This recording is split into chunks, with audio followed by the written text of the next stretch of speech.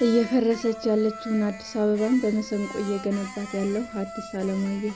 መሰንቆ ሕይወቴን ሰርታልኛለች፣ መሰንቆ የራሴን ዓለም ፈጥራልኛለች፣ መሰንቆ ባለራዕይ አድርጋኛለች። እኔን አይታችሁ መሰንቆን አለማየት ከባድ ነው ይለናል ሐዲስ ዓለማየሁ። አብራችሁን ቆዩ። ዓለም ሙሉ በአንዱ የመሰንቆ ገመድ ቢተሳሰርለት ምኞቴ ነው። ሐዲስና መሰንቆ መለያየት አይቻልም ይላል። ስሙንና የሚወደው መሰንቆ ገምዶ ራሱን ሀዲንቆ ሲል ይጠራል። ሐዲስና መሰንቆ የአንድ ሳንቲም ሁለት ገጽታ ናቸው። እኔን አይታችሁ መሰንቆን አለማየት ከባድ ነው። አንድ ነው። ሐዲስ የሚል ስም የተሰጠው ደራሲ ሐዲስ ዓለማየሁ በሚያደንቁ ወላጆቹ ጎረቤት ነው። የትልቅ ሰው ስም ነው ያዝኩት። እንደ ዘመኑ ሐዲስ ዓለማየሁ ትልቅ አሻራ ብተው ብዬ አስባለሁ። ሰው ሲተዋወቀኝ ደራሲው ሳይሆን ባለመሰንቆ ሐዲስ ዓለማየሁ እያልኩ እቀልዳለሁ። ሀዲንቆ የተባለውን የመጀመሪያ አልበሙንም በቅርቡ ለቋል።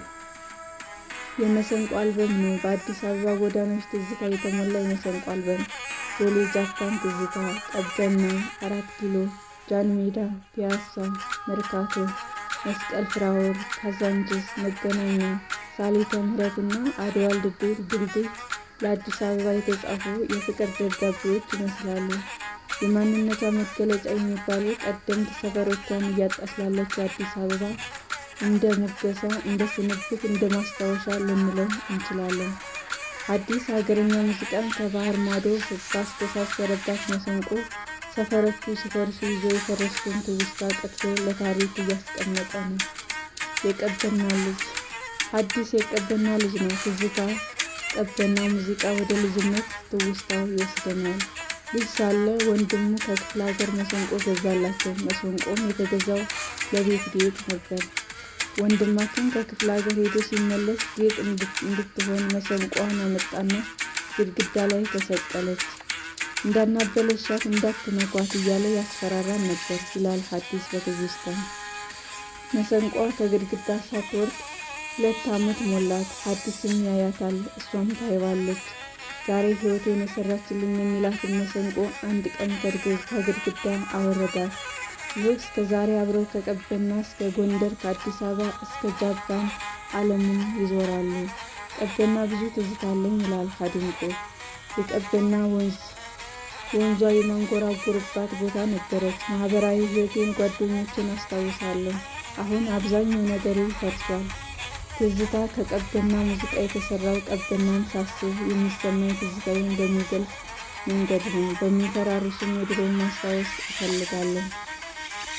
ትዝታ ቀበና ላይ ሮኬ እንደ ሬልክ ከትዝታ ይዞትር ወደ እኔ እየመጣ እንጉርጉሮ ጋር ይሰማል። ከቀበና ወደ 4 ኪሎ የሚወስደው ጎዳና የሐዲስ ሌላ ሕይወት ምዕራፍ ነው። 4 ኪሎ ሊስትሮ ነበርኩ። ሙዚቀኛው ድሮ 4 ኪሎ ሊስትሮ ሆኖ ሰርቷል። ቤተሰቤን ለመርዳት ደብተርና እስክሪብቶ ለመግዛት ክረምት ላይ ግንፍሌ 4 ኪሎ አካባቢ ሊስትሮ ሆኜ እሰራ ነበር። ዝቅ ብሎ መስራትን፣ ስራ ለመናቅን፣ ጠንክሮ መስራትን፣ ራስን ማሸነፍን፣ ራስን መቻል ያስተማረኝ ሰፈሬ ነው ይላል። ጫማ ሲጠርግ ታዲያ እያንጎራጎረ ነበር። ድምፁን የሰሙ ደንበኞቹ እዚያው ገንፍሌ አካባቢ ያሉ የጸረ ኤድስ ማህበር እንዲገባ መከሩት። ያን ጊዜ የሀገረሰብ ሙዚቃ ውዝዋዜ የተማርኩበት ሲል ያስታውሰዋል። ብዙም ሳይቆይ የህፃናትና ወጣቶች ቲያትር ገባ። በድምፃዊነቱም በግጥምና ዜማ ደራሲነት ሰርቷል።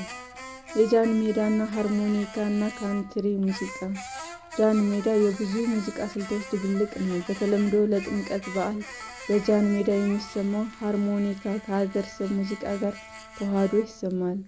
ለእስክስታ የሚጋበዘውን የከበሮ ምት ከካንትሪ የጊታር ድርደራ ጋር መሰንቋ ታስታርቃለች። በአንድ ገመዷ እልልታዋን ከፕሮከሽን ታሰራለች። ሀዲንቆ ጃን ሜዳ እየሄደ መሰንቆ ተጫዋቾችን ያደምጥ ነበር። ያን የልጅነት ትውስታ በሙዚቃ ያስቃኘናል። ጃን ሜዳ ለጥምቀት ሃርሞኒካ ጨዋታ አዝማሪዎች ሲመጡ እየተከታተልኳቸው አይ ነበር። ትውስታዬን እንዲገልጽልኝ የሃርሞኒካ ጨዋታ ከብሉዝና ከካንትሪ ጋር አዋህጃለሁ። ጃን ሜዳ የሰራው ከክሮሻዊ ሃርሞኒካ ተጫዋቾች ቶሚስላቭ ጉልባን ጋር ነው። ከጃን ሜዳ ወደ አዝማሪ ሰፈሩ ከካዛንቺስ ሙዚቃ ሸንገር አዝማሪ ካዜብ ዳኘውን እንሰማለን። አዝማሪቷ አዜብና የጃፓን ሙዚቀኞች በካዛንቺስ ሙዚቃ ተጣምረዋል። ሐዲስ ሙዚቃውን ሲገልጸው በካዛንቺስ መፍረስ ያለኝን ብሶት ለመግለጽ ነው ይላል። መሰንቆን ከአዝማሪዎች የተማረበት ሰፈር ነው። አልበሙ መገናኛ ከንግግሩ፣ መርካቶ ከነቅልጥፍናዋ፣ ፒያሳን ከነትውስታዋ፣ አድዋ ድልድይን ከነጀግንነቱ እያጣመረ ይቀጥላል። አድዋ ድልድይ ሙዚቃን ሰራ። የአፍሪካ ትልቅ አርማ የሆነው አድዋ ለማስታወስ ነው። ለአድዋ በዓል ከፒያሳ ጀምሮ እስከ አድዋ ድልድይ በእግር ስንሄድ የምናሳልፈውን ጊዜ የሚገልጽ ነው። ሽለላና ፉከራ ከኤሌክትሮኒክ ሙዚቃ ጋር በመሰንቆ አብረው ተሰርተዋል። መስቀል ፍራወር ቤተሰብ የመሰረትኩበት ሰፈር ነው ይላል ሐዲስ። ለ7 ዓመት ገደማ የኖረበት ሰፈር በሙዚቃ ያወድሳል። የያሬድ ቤተክርስቲያን አካባቢና የያሬድ ሙዚቃ ምልክቶችን እንዲገልጽልኝ ነው። ቅኝቶች ሰፈሩን እንዲቃኙ ለማድረግም ነው ይላል ሙዚቀኛው። ከስራዬ ጋር በተያያዘ ወጣ ገባ የምልበት ኮሪደር የሚለውን በቦሌ ጃፓን ሙዚቃ ያስቀኘናል። ሙዚቃውን የሰራው ከጃፓን ሙዚቀኞች ጋር ነው። ሸምሴን የተባለው የጃፓን ባህላዊ ሙዚቃ መሳሪያና መሰንቆ እየተናበቡ ከቦሌ እስከ ጃፓን ያደርሳሉ። ባለ 3 ገመዷ ሽምሽም ከመሰንቆ ጋር የሚመሳሰል ገጽታ አላት። በሳሊተ ምህረት ሙዚቃ የጃፓን ዋሽንት ይንቆራቆራል። የጃፓን እረኛ የሚጫወተው ዋሽንት አለ። የኢትዮጵያ እረኛ የሚጫወቱት ዋሽንት አለ። ሁለቱንም ለማስተሳሰር ነው። ሳሌ ምህረት የማሉ ሞላ ስቱዲዮ የሚገኝበት አልበሙ የተቀረጸበትና የተቀናበረበት ቦታ ነው። ሳሊተ ምህረት የሙሉ ሞላ ስቱዲዮ የሚገኝበት አልበሙ የተቀረጸበትና የተቀናበረበት ቦታ ነው። ላለፈው 3 ዓመት እዚያ ነው የሰራነው። ሙዚቃውን ስንሰራ ዝናቡንም ስንሰማ ያለውን ስሜት የሚገልጽ ነው ሲል ስለ ሙዚቃው ይናገራል። በአልበሙ በሩቅ ምስራቅ፣ በአውሮፓ፣ በአፍሪካ፣ በአሜሪካ ያገኛቸውን ሙዚቀኞች አሳትፏል። አብሮ አደግ ጓደኞችና አብረው የተሰሩ ሙዚቀኞችንም እንዳካተተ ይናገራል። የአዲስ አበባ ጎዳና እና የኔን ሕይወት ጎዳና በከፊል የሚያሳይ ሲል አልበሙን ይገልጻል። የአዲስ አበባ ልጅ መሰንቆ አይጫወትም።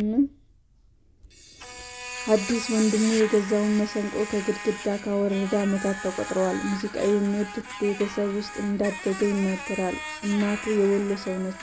ማሪቱ ለገሰን በጣም ትወዳታለች። የዚህነት ሙሀባን ካሴት ስትከፍት እሰማ ነበር። የቤተሰቡ የሙዚቃ ፍቅር በእኔ ላይ ተጽዕኖ አለው። ሙዚቃ ሲጀምር አጠገቡ የነበረችው መሳሪያ መሰንቆ ነበረች። ስለ ሙዚቃ ማወቅ ሲጀምር አጠገቤ መሰንቆ ስለነበረች እሷን አንስቼ መነካካትና መተዋወቅ ጀመርኩ ይላል። በሸገር መሰንቆ አስተማሪ ማግኘት ግን ቀላል አልሆነም። ራዲዮ ላይ አዝማሪ ምሽት የሚባል መሰናዶ ሲቀርብ ያስታውሳል። የመሰንቆ ሙዚቃን ለማጣጣም መሰናዶውን ይከታተል ጀመር። አዲስ ካሴት እየገዛሁ እየደመሰስኩ ጆሮዎችን ሙዚቃዎች መቅዳት ጀመርኩ። እሱን እየሰማሁ እለማመድ ነበር። ሰርግ ላይ መሰንቆ ተጫዋች ሲመጣ በደንብ እከታተልም ነበር። ጃን ሜዳም እየሄድኩ ሰማው ነበር። ባህላዊ ሙዚቃን አዲስ አበባ ውስጥ ለመማር ያለ ፈተና እንዳለ ሆኖ አዲስ አበባ ልጅ መሰንቆ አይጫወትም ብሎ የተሳለቁበትም አልጠፉም። አልበሙ ለአዲስ አበባ እንደ ሞገሳ፣ እንደ ስንብት፣ እንደ ማስታወሻም ነው። ያኔ የአዲስ አበባ ልጅ መሰንቆ አይጫወትም ቢሉትም ዛሬ ባለሙሉ የአዲስ አበባ ጎዳናዎችን በመሰንቆ ያንቆላጥሳል። የአዲስ አበባ ልጅ ብዙ ጊዜ የባህል ሙዚቃ መሳሪያ ሲጫወት አይታወቅም። ጊታርና ኪቦርድ በብዛት የሚማረው የባህላዊ ሙዚቃ አቅርቦት ስለሌለ መሰለኝ ይላል። አድንቆ ግን የባህላዊ ሙዚቃ መምህራን ወይም መሰንቆን የሚያከብሩ ከተሞች አለመኖሩ ብዙም አላሰናከለውም። ወደ መሰንቆ መዲና አቀና። መሰንቆ መጫወት ከጀመርኩ ከ5 ዓመት በኋላ ወደ 2006 ዓ.ም አካባቢ ስለ መሰንቆ ለማወቅና ከአዝማሪዎች ለመማር ወደ ጎንደር ሄድኩ። እዛ ማንንም ባለማወቄ ለመማር ስል ሄድኩ። ከእነሱ ጋር አዝማሪ ቤትና ምሽት ክበብ መሰንቆ እየተጫወትኩ ያገኘውን እየተካፈልን እየበላን እየጠጣን ቆየ። ከዚህ ደግሞ ወደ ባህር ዳር ሄድኩ። አስተማሪ ልሁን ወይስ መሰንቆ ተጫዋች? ወደ ጎንደር ሳይሄድ በፊት መንታ መንገድ ላይ ነበርኩ ይላል። ከኮተቤ መምህራን ኮሌጅ ተመርቆ ለ2 ዓመት አስተማሪ ነበረ። በአስተማሪነት ልቀጥል ወይስ በመሰንቆ ልጫወት በሚለው መካከል ሆኖ ብዙ አሰበ። መሰንቆን መረጠ። ለምን መሰንቆን በሚል ሲጠየቅ ለእኔም ጥያቄ ነው ብሎ ይመልሳል። በሕይወት ፈተና ሲበዛብኝ የእኔም ጥያቄ ነበር ይላል ሐዲስ። አውጥቼ አውርጄ የተማረ ሙዚቀኛ ሀገራችን ያስፈልጋታል ወደሚለው አዘነበልኩና ወደ ጎንደር ሄድኩ። መሰንቆን መረጥኩ። መንገዱ ቀላል አልነበረም። ያበረታቱኝና ያገዙኝ እንዳሉ ሁሉ የሳቁብኝ አሉ። ከሰፈሬ ጀምሮ ይላል ሙዚቀኛው፣ የበርካቶች ሙያውን መናቅ አንዱ ፈተና ነበር። ሀዲንቆ ግን ፈተናውን ብርታቴ ነው ይላል። ሁሉንም አሸንፎ ወደ ብርሃኑ መሄዱ ይሻላል። እንዲያውም ፈተናውን መወጣጫ ድንጋይ ማድረግ ነው። በቀዳሚነት ደጋፊዎች የሆኑት ቤተሰቦቼ ናቸው። በተለይ እናቴ ትደግፈኝ ነበር ይላል። ልጅ ሳለ ሁሌም ከትምህርት ቤት ሲመለስ ቤት መሰንቆ ትጠብቀዋለች። አሁን ድረስ በቀን ከ7 ሰዓት በላይ መሰንቆን ይጫወታል። ስለ መሰንቆ ብዙ የተረዳ ሲመጣ ስነ ምግባርና ረዥም ጊዜ መስጠት የሚፈልግ እንደሆነ ገብቶታል። ከደባል ነገሮች መራቅንም ይፈልጋል ሲል ይገልጻል። እንደ ዛሬ በየሀገሪቱ እየሰሩ መሰንቆ መጫወት ከመጀመሩ በፊት ፈተናዎቹ ሲበረቱበት ጥንካሬ የሆኑት ቤተሰቡና የሙዚቃ ፍቅር እንደሆነ ይናገራል። ያበረታቱኝ ሰዎች እንደ ካስኳቸው ይሰማኛል። ያን ያበረታታኝ ነገር ይህ ነው ለማለት ይከብደኛል። ምናልባት መልካም ነገሮች ስላመዘኑ ይሆናል። ቤት ውስጥ አይዞህ የሚል መኖሩ ከውጭ ጫጫታ ይልቅ ስለበረታ ይሆናል። የሙዚቃ ፍቅርም ነው። ፍቅር ካለ በማናውቀው ኃይል ያሸንፋል። ለምንወደው ነገር መስዋዕት ስንከፍል ደስ እያለና ፈጣሪን ያግዛል። አብዮተኛ ነኝ። ሀዲንቆ አብዝቶ የሚያዳምጠው የመሰንቆ የክራርና የዋሽንት ባህላዊ ሙዚቃ ነው። ሲኖፎኒ፣ የምዕራብ አፍሪካ ሙዚቃ እያለ በሚሰማቸው ዘመነኛ ሙዚቃዎች መሰንቆን በመጨመር እንዴት ዓለም ሊያጣጥማቸው እንደሚችል ያስባል። አብዮተኛ ነኝ ሲል ራሱን የሚገልጸውም ለዚህ ነው። በሸክላ የፈርድ ጎላ የተሰማ እሸቴ፣ የእንድሪስ፣ የሐሰን፣ የብርሃኑ ሞላ፣ የባህሩ ቃኘ፣ የይርጋ ዱባለ፣ የዓለማየሁ ፈንታ፣ የአንሙት ክንዴ ሙዚቃዎችን ይሰማል። የብሔራዊ ቲያትር እና የራስ ቲያትር የሀገር ፍቅር ሙዚቀኞችንም ያደንቃል። አልበሙን መስራት የጀመረው የኮሮና ቫይረስ ወረርሽኝ ከመከሰቱ በፊት ነበር። በእኔ ሕይወት ጎዳና ትልቅ አሻራ አላቸው የሚላቸው የአዲስ አበባ ጎዳናዎችን መግለጽ ነው ሀሳቡ። የአዲስ አበባን ስሜት ለማንሳትና ሰፈሮቹ በእኔ ሕይወት ያላቸውን ተጽዕኖ ለመግለጽ ነው። እነዛን የሰፈር ስሞችን በማንሳት በሙዚቃው ስሜትን ለመግለጽ ሞክሯልና። የሕይወት ጎዳና እና የስኬት መንገዱ ብዙ ውጣ ውረድ፣ ትዝታና መልካም አጋጣሚዎች እንዲሁም አሁን እስከደረስንበት ደረጃ ድረስ ያለንን የጉዞ ታሪክ በ50 ደቂቃ አልበሙ ያሳያል። መሰንቆ በብዛት ድምፃውያን አሊያም ሌሎች የሙዚቃ መሳሪያዎችን አጃቢ ትሆናለች። ሐዲስ ግን ይህንን ለውጦ መሰንቆን ዋነኛ የሙዚቃ ማጠንጠኛ አድርጎ ሌሎች የሙዚቃ መሳሪያዎችን እንደ አጃቢ ያስገባል። ይህ አልበም ማሰንቆ ከፍ አድርጎ ለሌሎች የሙዚቃ መሳሪያዎች እንደ አጃቢ ያደረገ ነው። ይህ አንድ አብዮት ነው የማየው ይላል። የአልበሙን መግቢያ የስራዎች ጀማይካዊ አሜሪካዊ ሙዚቀኛ ቲሞቲ ግሪን የጥንታዊ እና የዘመናዊ የሙዚቃ ጋብቻ ሲል ይደመጣል። ሀዲንቆ እንደሚለው ብዙ የሙዚቃ መሳሪያዎች በማዋሃድ የኦርኪ ስራ ስሜት ለመፍጠር ሞክሯል። ሙዚቃው መድረክ ላይ በሚስብ ሁኔታ መቅረብ የሚችል ነው። አልበሙ በደንብ የታሰበበት ነው። በጊዜም በገንዘብም ብዙ አውጥቼበታለሁ። መሰንቆ ሕይወቴን ሰርታልኛለች። በቀን ውስጥ ከ7 ሰዓት በላይ መሰንቆን ሲጫወት ምግብ የማልበላበት ጊዜም አለ ይላል ሐዲስ።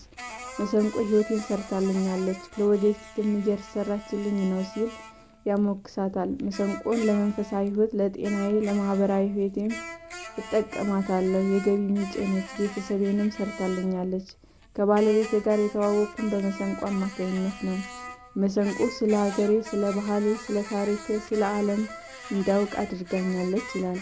ባለ ራዕይ ለመሆንና በእቅድ ለመመራት ምክንያቱ መሰንቆ ሲል ሙዚቀኛው ይናገራል። ህልም እንዲኖረኝ፣ ለሀገሬና ለወገኔ የሆነ ነገር እንዳበረክት አድርጋኛለች። የራሴን ዓለም ፈጥራልኛለች የሚላትን መሰንቆ ሁሉም ሰው ቢጋራው ደስተኛ ነው። ከየትኛውም የሙዚቃ ስልት ጋር መሰንቆ መግባት እንደምትችል ይናገራል።